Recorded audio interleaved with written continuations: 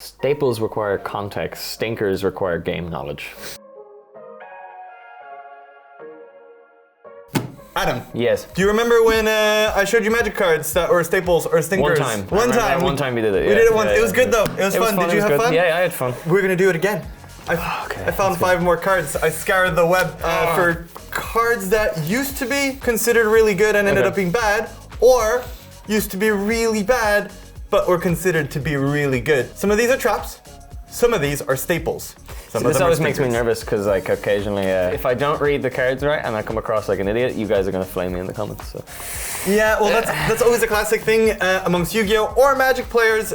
People don't read the cards. Just for context, Adam is a Yu-Gi-Oh! Player, so he is a veteran TCG player, but Magic is not his regular wheelhouse. So let's see if, compared to other players, if you were able to guess them right or wrong. Before we get into it, though, please. If you guys do like the content, we really rely on the subs to grow the channel. So if you are not subbed, it costs you nothing. You just get a few shorts of Donald Zeverin reading out random stuff to you. But in exchange, it really helps us show our bosses that we're doing the right thing. And who knows, maybe if you sub, we'll put Chris Picula back on the meddling mage. We don't know if we have that power or not. First card, are you ready for? Yeah, go for it. Misjudged. Okay, yep, let's give it a go. Let's see. Okay. Give it a read for the people at home. Misjudged. 2 colorless legendary artifact equipment. Whenever a equipped creature deals combat damage, put 2 charge counters on Misjudged. Remove a charge counter from Misjudged. Choose one. Equipped creature gets +2/+2 until the end of the turn, or target creature gets -1/-1 until the end of the turn, or you gain 2 life. So its equip cost is also 2 colorless. Quick thought: if you had some random pile of 59 cards, you'd need an extra card. Someone's like, oh, you could put this in your deck. Is it a staple or a stinker? Would you put it in, or would you be like, nah? No, I wouldn't put it in. I feel like that would be like, but I don't know. I feel like no, because it's just a boost, right? So this one is a stinker? Yeah, I'm gonna say it stinks in like just normal deck building. You might have not remembered because this was a while ago and we did a lot of these, but we did a Banhammer video about this card specifically, which is banned because of how good it was. You're not to be blamed. It's not your fault. Most people flew over this card in spoiler season. It was spoiled amongst with a lot of other powerful cards, and they were like, yeah, this does a lot of things, but none of them are really powerful. And then what happened is people went to the pre-release before the cards are released. You get to play with them, open the card, put it in their deck, and we're like, why not? And then played on it on the board and realized our opponent couldn't win anymore. People were starting to call judges, being like, is this really what the card does? Because anytime it deals damage, you put this on a creature, it blocks. You get the counters on it. Your creature attacks your opponent. Whether they get hit in the face or they block with a creature, you still get the counters on it. Then if the creature dies, say it's not equipped, you don't have any more creatures on the board, but this assists counters, you can still gain life. You can snipe your opponent's creatures with the minus counters. It actually doesn't do anything so strongly, but it does so many things so consistently that it makes creature matchups impossible. It's early in the morning. I haven't had my coffee yet. It is. But yeah, this one is. I'm sorry, Adam. This one is a staple. Right. All right. Well, we're off to a bad start. It's all right. You've got 4 more. You've got 4 more. Okay. I present to you Healing Salve. All right, Healing Salve. Let me have a quick look at this. Healing Salve. So it's 1 white. Instant. Choose 1. Target player gains 3 life. Okay, yeah, that's pretty obvious. Or prevent up to 3 damage to a creature or player. Okay, so that's weird. That's kind of cool. Just actually preventing 3 damage. Well, how does this work? Do I play this when there's about to be 3 damage dealt to me, or like? Yeah, it's in 2 different ways. Either I target you with a spell that's like deal 5 damage to target Adam, and you're like, well, I'll prevent 3 of that, and it doesn't happen. Or in combat, if I attack you with a 3/3 and you have a 3/3, you can block my 3/3 and then prevent 3 of the damage to it, and then only mine dies, but not yours. I feel like this is a very reactive card rather than being proactive. I don't know how good it is to be kind of reactive rather than proactive in Magic. So I guess in like control it's good, but in normal like non-control decks it's not that good. I don't think so. I think so staple or stinker? Stinker. This one is a staple of how bad it is. Yeah, okay. It's actually a stinker. And this is not necessarily you being on the same side as other Magic players. This is you outwitting, in this case, early Magic design. Okay. There was a cycle of cards that cost 1 mana in each color and did 3 of a thing.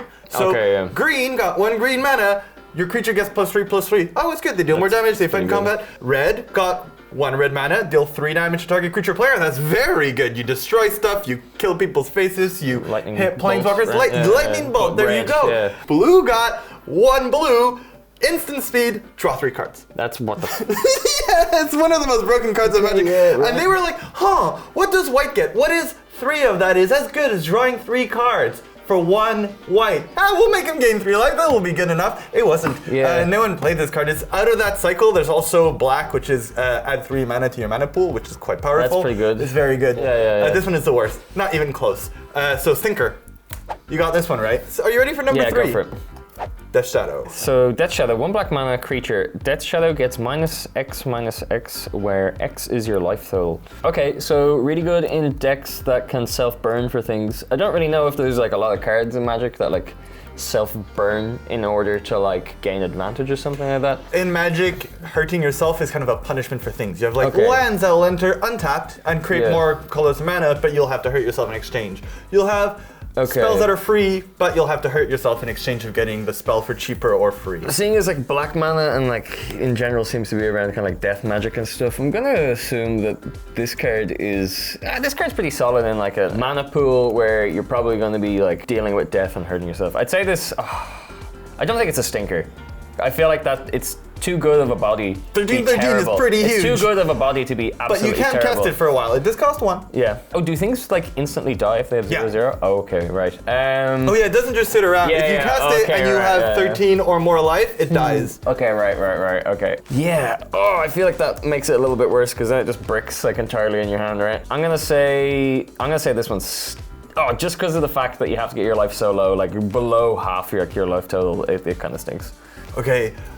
Adam, this one is actually a staple, but you are aligned with most Magic players because this took forever to ever see any play. See, I knew it's as soon as like something where you have to pay life in order to like gain advantage and then you just play this is really, really good, but up until that point, it sucks because, Well, see, there used to be decks called Suicide Black decks, which you'd play big creatures that dealt yourself damage, and that was a different angle of doing this. It is like creatures that every turn deal yourself 2 damage, but it's a 5/5 for 3, or different spells that would deal damage to both you and your opponent, and it would kind of rely on your creatures are more powerful, but you get punished, but it's okay because you're so fast out of the gates. Yeah. And people saw this as kind of one of those cards, but at the time those decks weren't as good anymore, and it took a while for people to realize that most of the more powerful spells in Magic, either the lands or even there's this card called Thoughtseize. 1 black, deal yourself 2 damage, but look at your opponent's hand and discard an online card, which is quite good. You just get rid of their best card, or also whatever. You also gain advantage by knowing what's in their hands. That's also exactly. pretty good. It's very, very good, but you had to pay 2 life. But they realized that a lot of these cards that deal yourself damage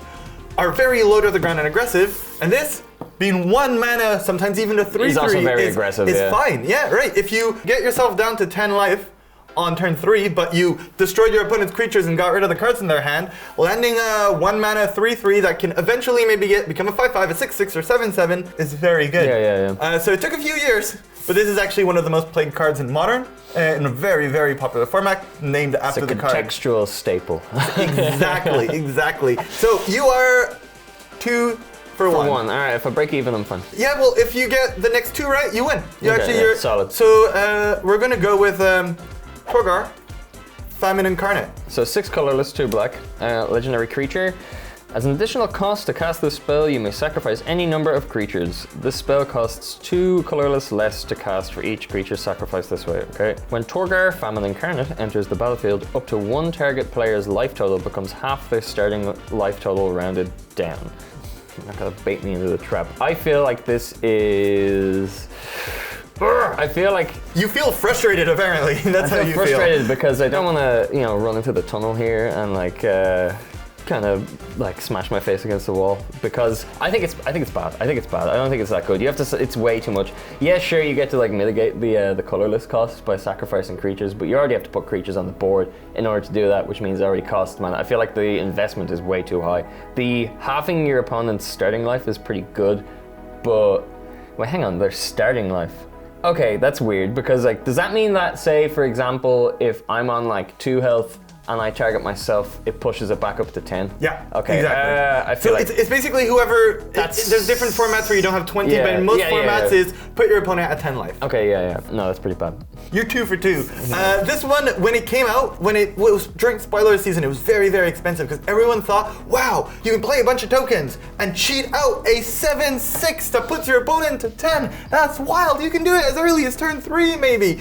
Until they realized that that's a lot of effort for a 7/6, that puts your opponent at 10 when usually your early creatures... But you can't even push for a lethal. That's a problem as well with it. It doesn't have any other abilities. It's a 7/6. Yeah, it puts your opponent at 10, but if they were at 12, that's a lot of effort to deal 2 damage. But this was, in the end, a stinker. Your Staple Raider, not very good. Your Stinker Raider, on the other hand, let's see how it does with the last one. Are you ready to see if you make it or break it at Staple or Stinker? All right, let's go. The stakes are high. I present Parallax Wave. For context, there's something that's not red. Fading. Actually, I'm gonna pull out my phone and read Fading. Okay, cool. Fading 5 is a keyword ability that limits how long a permanent remains on the battlefield. Okay, right. So Fading 5 says, this creature enters the battlefield with 5 fade counters on it. At the beginning of your upkeep, remove a fade counter from it. If you can't, you sacrifice it. So, this enters with 5 counters. You untap on your next turn, it goes down to 4. The next turn it goes down to 3, then to 2, then to 1. 6 turns later, you just sacrifice it. Cool, yeah. Remove a fade counter from Parallax Wave. Remove a target creature from the game. All right, well that's an exile. When Parallax Wave leaves play, each player returns to play all cards he or she owns removed from the game with Parallax Wave. All right, an exile for removing a fade counter is pretty good. I'm assuming you can only do that once per turn. Right? No. What? But it reduces the amount of time it stays. So you can remove 3 fade counters, remove 3 creatures, but then it goes from 5 to 2, and then they stay exiled for a turn. Okay, right. All right, so this is hard because exiling seems like a premium form of removal because it gets around like death triggers or like floating as I know it. So yes, that's pretty good, but then it takes 4 mana to cast it in the first place, and then the more you use it, the less time you have Not to influence you too much, but it also goes the other way around. If you remove the death triggers when you exile something, when they come back, they get the enter the battlefield triggers as well. Okay, yeah. Oh, I'm gonna say this card also sucks. It's a lot of investment for removal. Yeah, sure, it's not once per turn, but also I guess we're pushing for lethal. It stinks. It's fine. It stinks. It's bad. Adam, this is actually a staple. Yeah, I thought it might be, but like I don't know enough to categorize it as that, you know? You know what I think I've noticed after now that this is the second time we do this video? If the card is obviously very powerful, then it's probably a stinker. If you're looking at it, you're like, wow, this does a lot of stuff. But if it's weird, it's probably a staple. Yeah. Because it probably gets jammed into something where it can take advantage of it. Like White Weenie, I assume. There's 2 ways, right? First is when this came out, people didn't realize at first, but there was a card called Opalescence, which makes all your enchantments creatures.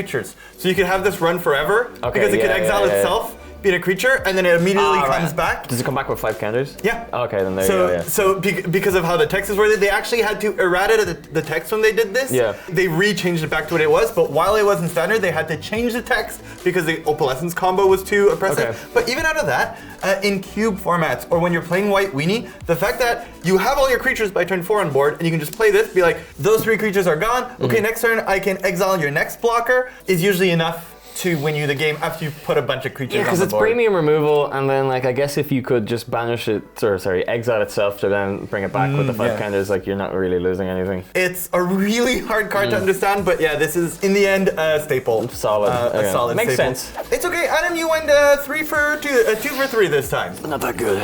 What did you do last time? I can't remember. I cannot remember it at all. Well, Adam, thanks for playing this time. Not the best score, but pretty solid considering you're not a Magic player. Yeah, but I'd say that's okay. That's like a passing score, yeah. Tell us in the comments what you would have said for a lot of these. If you got them right at the time, please don't cheat and lie. We all do this. We all say, oh, I knew the whole time that Oko was the best card. We're not gonna fact check. Yeah, we don't care.